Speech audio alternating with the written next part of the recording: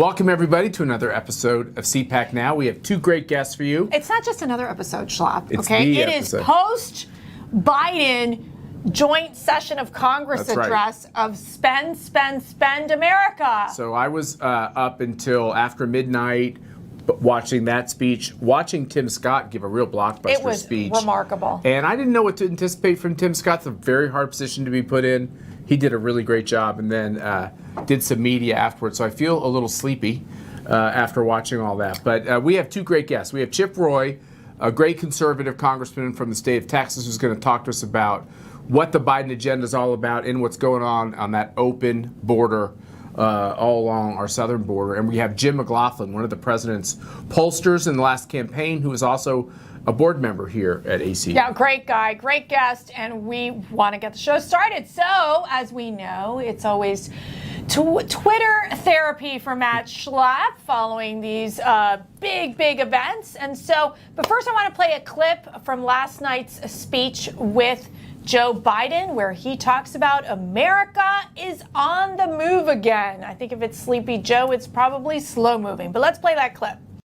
Tonight, I come to talk about crisis and opportunity, about rebuilding the nation, revitalizing our democracy, and winning the future for America. I stand here tonight, one day shy of the 100th day of my administration. 100 days since I took the oath of office and lifted my hand off our family Bible and inherited a nation, we all did, that was in crisis. The worst pandemic in a century, the worst economic crisis since the Great Depression, the worst attack on our democracy since the Civil War. Now, after just 100 days, I can report to the nation, America is on the move again.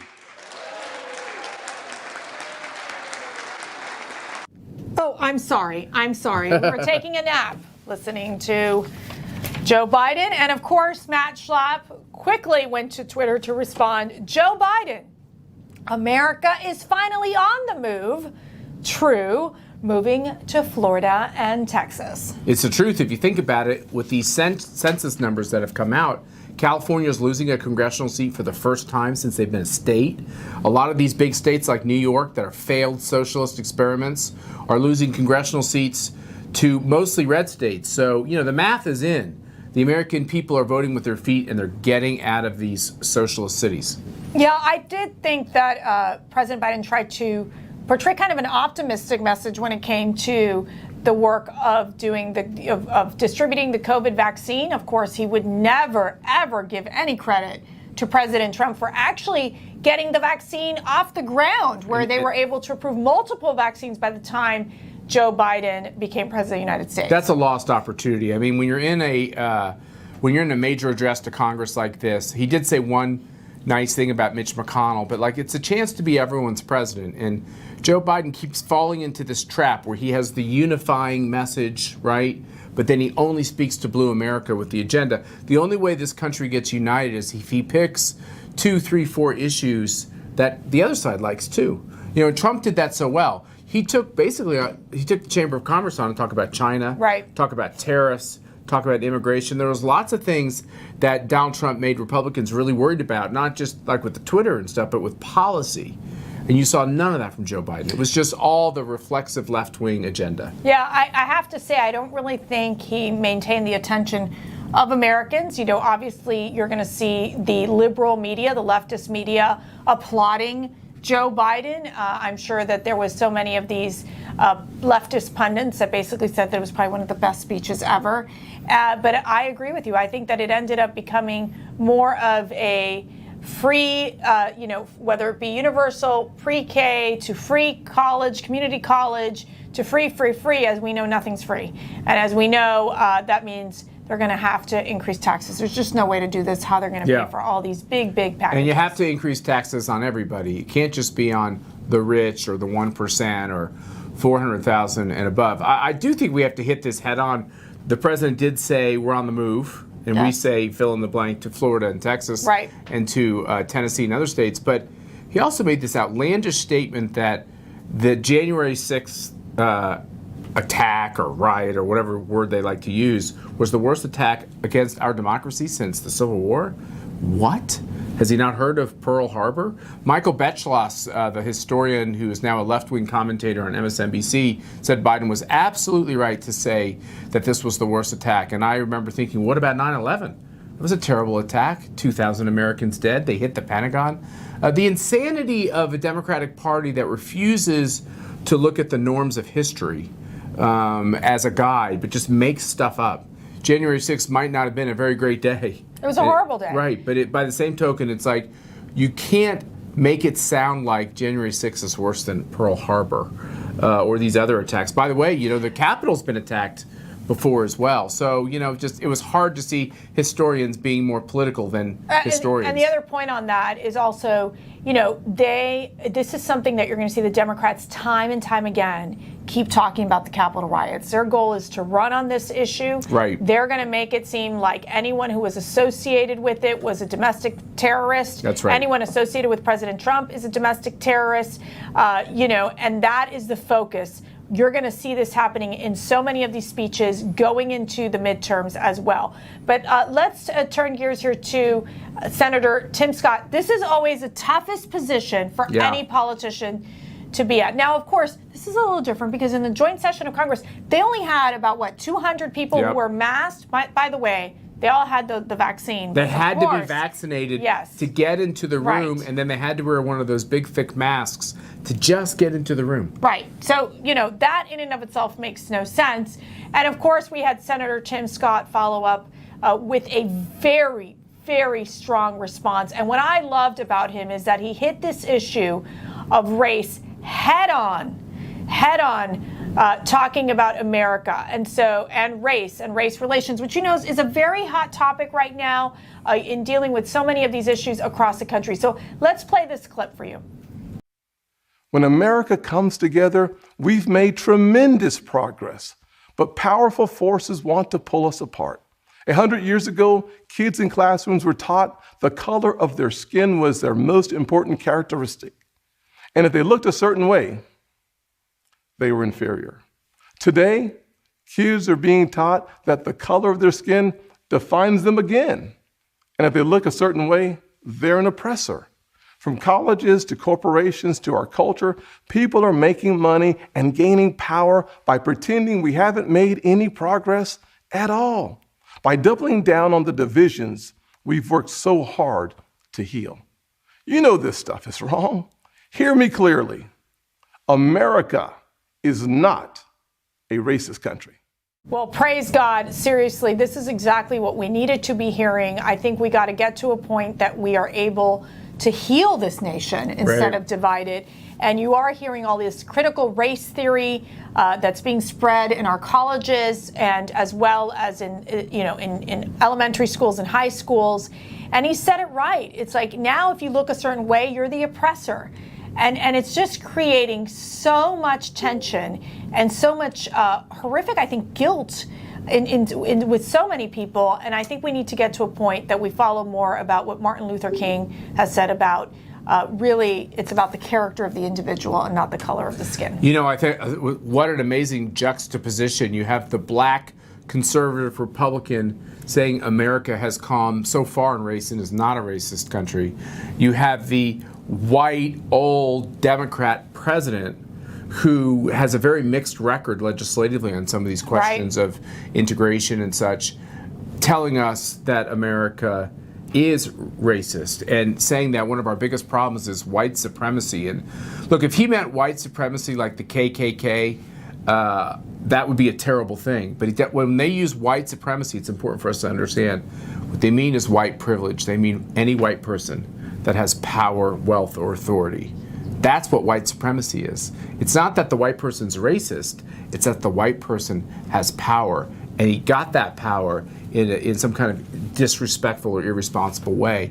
We have to hit this head on that this is wrong, and that's why Tim Scott really hit it out of the ballpark. Look, Joe Biden, people can say what they want about the speech. Tim Scott owned the night. That is no question. And if I were you all, make sure that your children, your grandchildren, your nieces and nephews, that they listen to Tim Scott's speech. It's so important that they hear his words, and I really think that it will resonate with our youth. For sure. And, we're going to be having Congressman Roy on next. He's a great conservative, has a 95% ACU rating, so stay with us, and we'll be joined by Chip Roy. Welcome back to CPAC Now. If you notice a trend, we're having a lot of Florida elected officials. Hope you're able to be there. Well, I'd love to be there. I'll double check with the team, but I'm glad that you lumped me in with young. I'll take it. I'm delighted to be categorized as such. I was going to say, with the gray hair, I think you're competing with Matt Schlapp there with the little goatee there. And I also wanted to say that between you and Matt not wearing any of these, what do they call them, the blazers, you're looking a bit Jim Jordan to me. I know. Well, yeah, it's always an honor, Jim. But I'm in Texas. I don't need a jacket down here right now. So we're just trying to live free. But I can also show you the sandals that I have on my feet and the shorts that are under the screen. So I don't want to see Chip Birkenstock in Chip Roy in Birkenstocks. I want to see Chip Roy in cowboy boots. So I'm just going to pretend like you didn't say that. Well, I had two volunteers that are as conservative as they come. They run the Young Conservatives of Texas. Manfred went. He literally wore out a pair of Birkenstocks campaigning for me in 2018. So I make fun of him for it relentlessly. Well, you're going to takes all types. Yeah, you're going to have to frame those shoes, let me tell you. But let's get right into the speech from last night, the sleeper speech. It was about an hour, 7 minutes. My kids couldn't stay up. The two dogs were like snoring. I mean, it was pretty bad. What was your impression? What was your take? What do you think was the message that Joe Biden was trying to get across with this joint session of Congress address? Well, I'm not sure about what he was trying to get across. I mean, I can tell you, I was actually visiting with constituents in Fredericksburg, Texas, a great group of patriotic Texans, and we weren't watching the speech. We were talking about all the things we're trying to accomplish in the Texas legislature, what we're trying to do despite or in spite of what they're doing in Washington to make sure we live free and protect Texas. I obviously got a summary when I got home. I watched clips and watched recorded parts of the speech. I watched Tim Scott's rebuttal. And it's very clear, Joe Biden, I mean, frankly, they have no actual rudder or direction or vision of where they want to take the country. Literally, what they want to do is spend a whole lot of money we don't have, pretend that they're somehow going to make that up through some amount of taxation, which, of course, would kill the economy in the process, all while promising a grab bag of liberal wish list items to make promises they can't deliver on. And that's the Democrat model. That's what they're going to do. They try to prey on people's fears. And they try to then say the government's going to come in and solve it. I mean, of course, we're now 25 years since Bill Clinton said the era of big government is over. And Joe Biden apparently wants to usher in a new era, expanded era of big government. But I think the American people understand and are on to it. I think they're growing to understand that this is an incompetent administration with wide open borders, saddling up to Iran, ignoring our friend Israel, not having any actual plan, and trying to then take advantage of or take credit for a vaccine plan that the Trump administration got across the finish line, right, and then coming in saying, oh, I got it done, Joe Biden. No, you didn't. You guys were the ones mocking vaccines a year ago, and now he's trying to take credit. So the speech was what you would expect out of an incompetent administration that's endangering its people, all in the name of kowtowing to the radical left. Chip, he didn't really talk about the southern border. He gave Kamala Harris at least 2 new projects that she's supposed to be the point person on. Every time he turned around to her and said, I'm going to make you the point person on this, all I could think of is the fact she's never been to the border, never been to Texas to look at that border. What was your reaction to that? What do you think your constituents thought?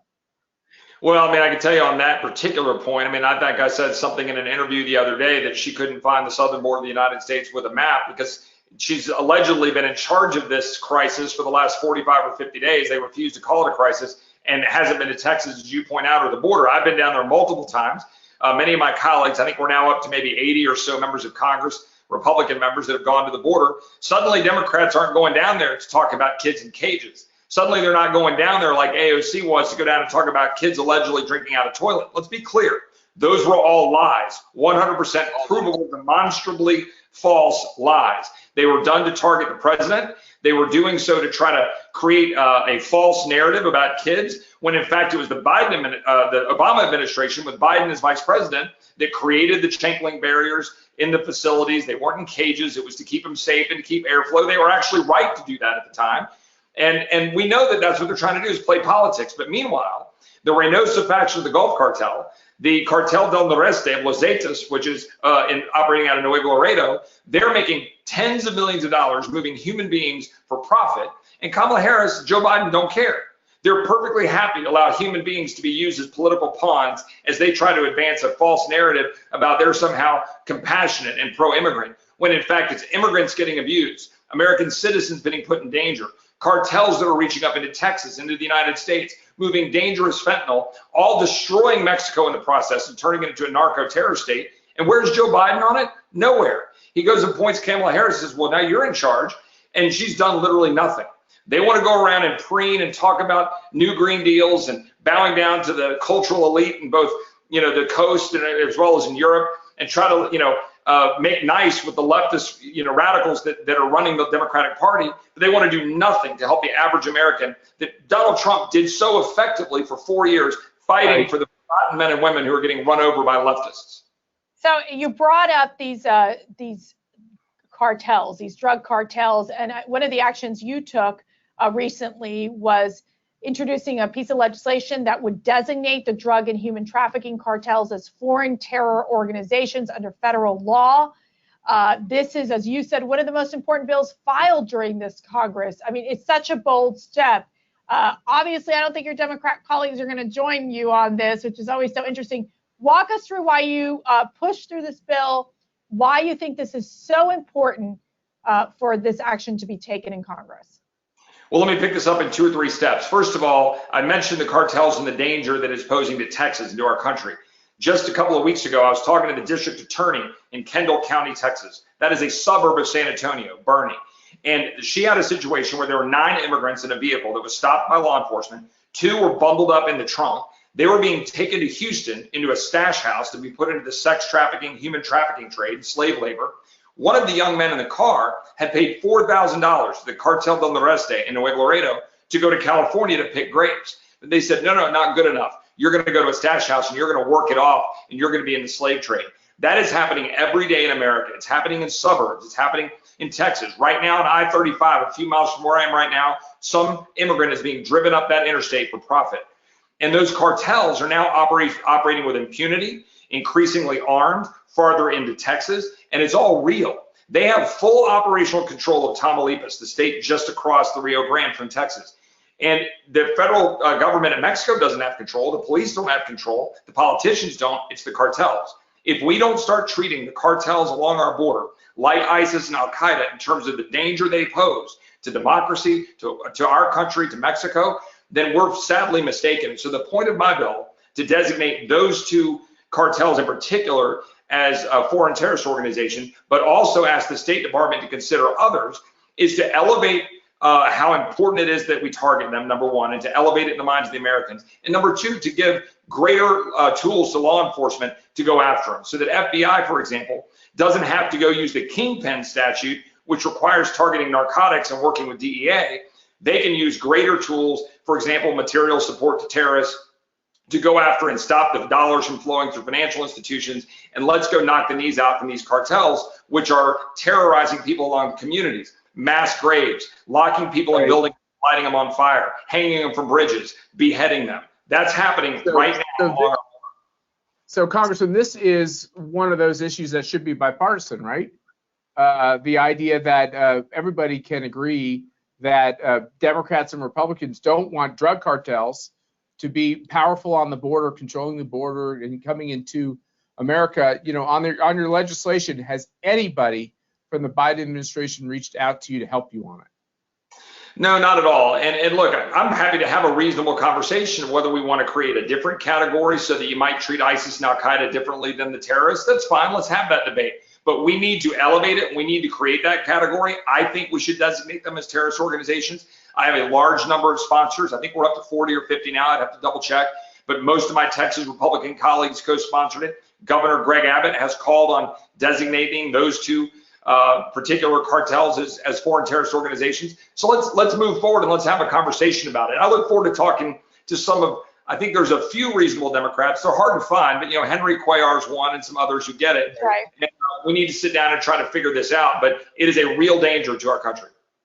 Now, we know, for example, that when it comes to energy independence. It's something that for Texas is so incredibly important. Now we're seeing the gas prices increase. Obviously, there's been what I would call an assault on our fossil fuels and on those businesses that are in the oil industry. It impacts Texas tremendously. I'd like to get your reaction to President Biden talking about the Green New Deal and what this would mean in terms of jobs. Well, it's completely absurd, right? I mean, these are unicorn theories of how you can have energy policies for our country that don't work. We embrace an all of the above approach in Texas. We have the most wind production of any state in the United States of America. We should have sources of all kinds. But what we need is actual baseload capacity so that we can have energy for all Americans to improve and increase human flourishing. We need all Americans to be able to have access to that lifeblood of available energy. Go draw a chart that compares the life expectancy increases and the quality of living increases over time for mankind, and it is directly correlated to abundant energy, and that comes heavily from fossil fuels. The Biden administration wants to coddle Iran and China, walk away from Israel, and undermine our key energy independence in America that we've built over the last decade on the back of clean burning natural gas, which, by the way, has driven CO2 levels down so that we're at 1990 levels in America of CO2 production. Innovation, clean burning natural gas. Biden issues executive orders to clamp down on production in federal lands, to stop offshore drilling, to stop the Keystone Pipeline. So my friend Lauren Boebert from Colorado introduced a bill to overturn those executive orders, and I filed a discharge petition on the floor of the House to try to force a vote on it. And I think we have about 40 or 50 signatures on it and growing. What we need to do is get all Republicans on that and then look every Democrat in the eye and say, are you really going to stand with Biden? And all you Western Democrats and Texas Democrats, stand with Biden to say that we shouldn't have a robust production of fossil fuel energy, which are so critical for jobs and affordable gas and affordable electricity for all Americans. On the issue of guns, Joe Biden was really strong. The Democrats allowed the assault weapons ban to go away back in 2004. I know this. I happened to be working for President George W. Bush, and we kept expecting the Democrats to raise the fuss. And only one or two did, because there was a time when Democrats believed that actually banning guns was bad politics. That seems to have shifted. Are you surprised that the Democrats are being so obnoxious and trying to upend the Second Amendment? And won't that really hurt their chances in states like Texas where they think they got a shot? Well, I mean, you would think that if they're going to go around saying we should defund police, and if you think if they're going to go around coddling cartels that are reaching up into our country with drugs coming into our borders, and so no longer do we have secure communities. Look at Austin, Texas. They defunded the police, and now we have homeless encampments and much more dangerous downtown. Murder rates are skyrocketing. And then, oh, by the way, now they want to take away our ability under the Second Amendment to defend our families, defend our communities. This is right out of the radical leftist playbook. And unfortunately, President Biden is now a puppet to AOC, to Presley, to Omar, to all of those on the radical left that are now driving the Democratic Party. No longer is it a country that they believe that we should actually respect rights, like our Second Amendment rights or free speech rights, but rather the power of government through massive spending and massive power are going to be targeting the everyday American. Congressman, as we end this conversation, very quickly, almost everybody is saying all the new people coming to Texas are leftists, they're Democrats, they're going to bring bad politics with them. I kind of have a contrary view, which people are fleeing socialism, high crime, high taxes, the mismanagement of Chinese corona, all these things. What's your take on the people coming to Texas? So I think it's a little bit of a mixed bag, but I'm more with you. I think what we find, and we've looked at this and polled it, I had a tough race against Wendy Davis, it was a $30 million race. And we looked at who was moving here. And frankly, people who move here on their own, they're with us. They're what you just described. People who get moved here by corporations, sometimes they're not as with us. But we think the overwhelming number of people, when we talk to them, they're people who are fleeing jurisdictions that are high tax, high regulation, and frankly, authoritarian jurisdictions. People want to live free. And they see Texas and increasingly Florida, Tennessee, and other places as models for that. So I'm all about people moving here, but I don't want to hear how you used to do it back in Cleveland or San Francisco or New York. Come to Texas, embrace freedom, get the prosperity that comes from that, and then we carry that to the rest of the world. But don't try to come, California or New York or Texas.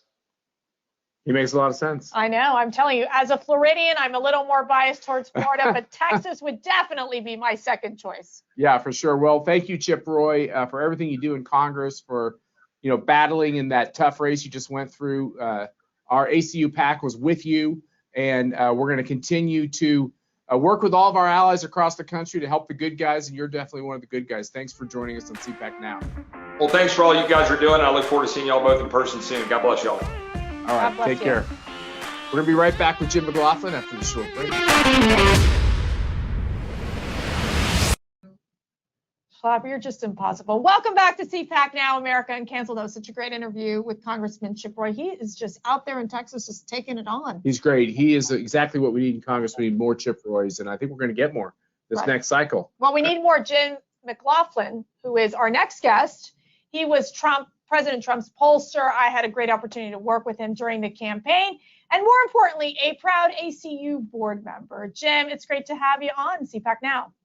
Oh, Mercedes, it's great to be with you and Matt. I'm looking forward to it. I know you're so jolly. Like, it's been such a dark winter. What's going on? You know Tell what? me you have good news. Just what you guys were talking about. I think unfortunately it's going to be a rocky time for the country over the next 2 years. But the truth of the matter is what I'm seeing in terms of the polling is, even though the press and the Democrats are trying to do everything under the sun to elevate Joe Biden, his numbers are not good. And I'll just point to one that literally just came out a few hours ago from Rasmussen. Only 36% of Americans said his first 100 days has been a success. Only 30. Think about it. Think about all the kisses and hugs the media is giving him, and they're telling us what a great job he's doing. They're giving him credit for all the Trump successes, and yet only 36% of Americans are saying the first 100 days for Joe Biden has been a success. That's a real problem for Democrats. Well, the media is keeping the mask on, so I don't know how many kisses are happening there with Joe Biden. I have this question, and we're going to show a clip on bipartisanship, but let me first just say, I think Joe Biden's put himself in an awfully awkward position. You could say he became the president because he was the go back to normal, take out the chaos unifier. Yet when he talks, there's absolutely nothing in that agenda that could make anybody I know who crossed over as an independent to vote for Donald Trump want to be for Joe Biden. Let's show a clip real fast on the president talking about bipartisanship. Investments in jobs and infrastructure like the ones we're talking about have often had bipartisan support in the past. Vice President Harris and I met regularly in the Oval Office with Democrats and Republicans and discussed the jobs plan. And I applaud a group of Republican senators who just put forward their own proposal. All right, you're the pollster. You have your finger on the pulse of the American people. Is there anything in the Biden agenda that's bipartisan and unified? You know what? That was my biggest fear politically. Putting my political hat on was, we were afraid that, he might become this unifier and this independent. One of the dirty little secrets why we lost the 2 Senate seats in Georgia was because he was viewed as the check and balance. A lot of folks thought we were going to win easily in those Senate races, which, I've done a lot of work down in Georgia. Georgia really is a swing state. It's become a swing state a while ago, but they thought he was going to be the check and balance. But the agenda he's put out before the American people is anything but moderate, anything but independent. I mean, he's moved way further to the left than Barack Obama ever would have dreamed of going. And even Barack Obama has made comments about the Democrats going to the left. And you have somebody like Barack Obama who was basically a socialist, but he was smart enough not to call himself a socialist. Think about it. What they're smart at doing is they dress up things like COVID relief when we all know that less than 10% of that COVID package actually was going to COVID relief. But it's even worse when it comes to infrastructure. Most folks know we want infrastructure. Donald Trump, by the way, worked really hard, as Mercedes can tell you, to try to get an infrastructure package passed. But, Nancy Pelosi didn't want to give him the win. So what you're seeing here is now on this infrastructure, what they're calling infrastructure, Some folks have said less than 6% of what is in there is actually for infrastructure. It's mind-boggling.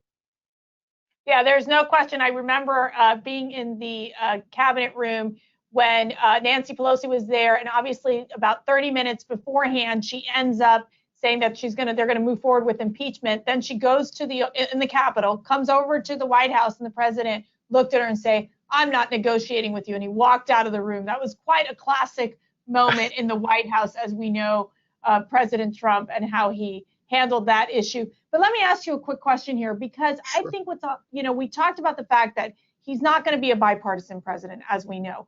But I think the American people, and I had this unfortunate situation where I was listening to MSNBC, and you had these supposed voters basically say, well, it's kind of quiet. I like his tone. It was not the chaos that we saw with President Trump. What are you seeing in the poll numbers? What we're seeing in the poll numbers is, if you just look at the numbers and comparatively, like say where Barack Obama was at this point, about 2/3 of Americans said that, they approved of the job that Barack Obama was doing. Right now, in most surveys, it's in the low 50s. Rasmussen, who has a pretty good track record, they only have him at a 48% approve, 50% disapprove. When we took our survey about a month ago, close to a month ago, he was actually already upside down with independents and Wow. Republicans. Yeah. And by the way, I've got to go on my soapbox too for a second.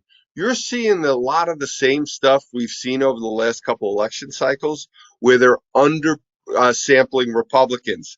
They've only got like 23, 24% of their samples are Republicans still, after everything they've done. Meanwhile, when they put out their exit polls, people that actually voted, basically Democrats and Republicans were at parity, around 37, 36%. They're still doing the game to try to prop up the Democratic agenda and President Biden. So, Jim, you advised me during the campaign that if I saw a survey with less than a third Republican, I should consider it skewed to the left. Are we in that kind of world still? It's still there. It's still out there. It's like I said, I think it was the ABC poll, Washington Post, that came out the other day. Less than a quarter of their sample was Republicans. I saw somebody else's. It was only about 23%. And then they're coming out not just undersampling Republicans, they're oversampling Democrats, where these surveys are +9, +10% Democrat. And I had a lot of people calling, and I don't normally look at them, but there was that YouGov poll that came out, said, 85% of people that actually watched the president's speech approved of his speech. Well, the reason for that was only 18% of the folks they talked to in that survey were actually Republicans, and then it was close to 60% were actually Democrats. So it was nearly like 4-to-1 Democrat. That's why they had the numbers. That's insanity. The other interesting thing is, I think these literally just came out before I got up on the air. And thanks to people like Mercedes, when the president gave his first couple State of the Union address, nearly 50 million Americans watched. The numbers just came out. It was only 11.6 million Americans watched. I believe it. And it was fewer Americans watching with every minute. Yeah. It's as bad as the Oscars and the Emmys. So they're all in the same boat. But you know what that tells you too is what would scare the heck out of me if I'm a Democrat, because the president used to get a lot of Democrats that would watch him, and also a lot of independents. It sounds like to me these were all just Democratic activists that were watching the president, and it looks like the independents already are turning this president off. That's a really bad sign. This is a big deal. Jim McLaughlin, who served as President Trump's pollster with his great brother John, and is a member of the ACU board. We always love talking to you, Jim. We're going to have you back on the show as we watch the Biden presidency. But this is a big deal. 31 million Americans, viewers, watched Donald Trump at CPAC, watched the CPAC proceedings. You add the Grammys, the Oscars, and Joe Biden's speech all together, they're still not what we were at CPAC in Florida, and nobody reports on this. It shows you our strength. Yep, it's amazing. And I got to tell you, I still hear from people across the country how much they love CPAC. You guys, you guys were ridiculed. You were attacked when you decided to do an in-person CPAC back in February. And I'm telling you, the country needed that, and the conservative movement needed CPAC. And kudos to you guys for doing something that folks said couldn't be done. I was just being selfish because I needed to do it. So then I just said we're going to. We all did. We all did. I agree. Hey, I just want to get a quick reaction. I know you put out this Washington Times opinion piece. I think it was so strong, saying that Democrats' racial terrorism strategy will backfire. Again, you talked about how they're basically trying to focus on race as their main point, but the surveys are showing that they get bad grades for how they've handled race relations. Can you quickly give us a response on what you found in this poll? Real quick, and I'm going to take a step back. Barack Obama got his worst job ratings, not from my numbers, from a Pew Research poll back in 2016 of people that actually voted. 2/3 of Americans, it was his worst job rating on any issue, said that race relations had gotten worse during his presidency. This is the first black president was elected twice, and you're seeing those same dynamics go on right now. I mean, people are outraged by the disgusting attacks on Tim Scott's speech, which, by the way, was the best rebuttal speech I've ever seen. That was phenomenal. He was terrific. And that's why the Democrats are doing it, because his message of hope and opportunity for all Americans scares the heck out of the left. Yeah, I thought Senator Tim Scott was just so effective in delivering the message that we all needed to hear in helping to heal our nation. Jim McLaughlin, thank you so much for joining us. We want to have you back. I love getting all this insider information on polls. I find it absolutely fascinating. So thank you so much. My pleasure, and great to see you. You guys keep up the great work. Oh, we got a lot of work. Thanks, Jim. to do. And you all keep watching us on CPAC Now. Remember, Tuesday, Wednesday, Thursday at 7 p.m. But who cares what day and time it comes on? You can watch the show whenever you want, at your convenience. Just go to conservative.org, click the link, watch any of these episodes you like. I think you can see, if you've been watching with any regularity, we get the best guests. We do. You get the people that are breaking the news out there in the country. And we're trying to highlight those elected officials who are bravely standing for an open economy, for the Constitution, for the idea that America is not a racist country. And as the ACU expands into this whole idea of the Center to Protect Voters and Their Voices, people who are standing with us to tell woke CEOs to knock it off and to say that voter ID is not racist, which Tim Scott did such a beautiful job of explaining last night. So follow us on Twitter. I am at Schlapp. You're at Mercedes Schlapp on Twitter, and then there's And at CPAC, don't forget. Yes. There's great content coming out all the time. Share it with your friends. Talk to your neighbors about this great show that we're putting together. It's only getting bigger and better every day. It's true. By the way, the audience is really, really good, surprisingly good. I could try to impersonate the president about how good it is. I will not do it because I'll get in trouble. But we really appreciate you watching, and we'll talk to you again soon. Good night.